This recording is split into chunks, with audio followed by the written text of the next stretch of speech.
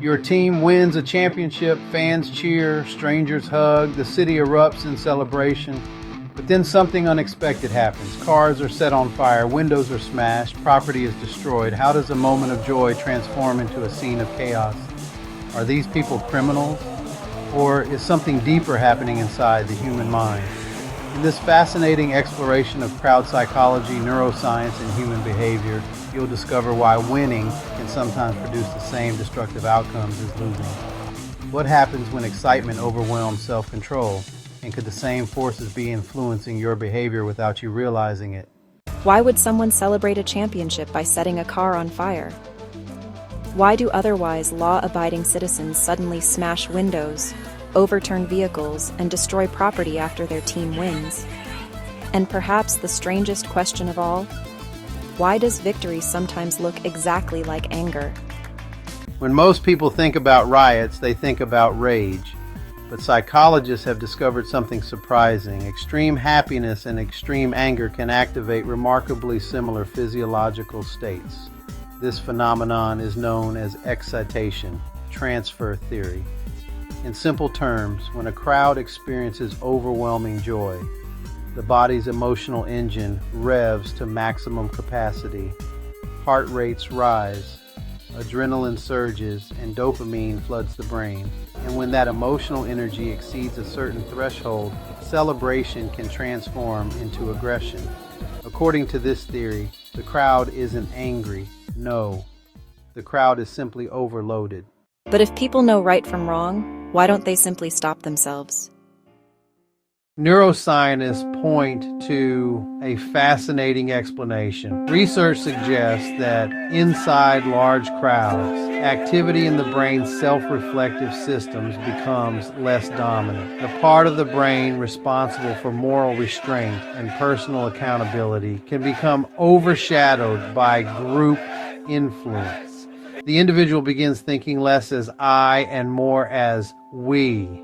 Suddenly, actions that would seem unthinkable to do alone suddenly become easier in a crowd of thousands. This process is called de-individuation. The person hasn't disappeared, but their personal identity has become submerged beneath the identity of the mob. So why does one person lighting a fire suddenly lead dozens more to join in? Because behavior is contagious. Social psychologists call this social contagion. Just as laughter spreads through a room, destructive behavior can spread through a crowd. One person climbs onto a vehicle, another person rocks it, then a third person throws something. Soon, what began as shocking behavior becomes normalized.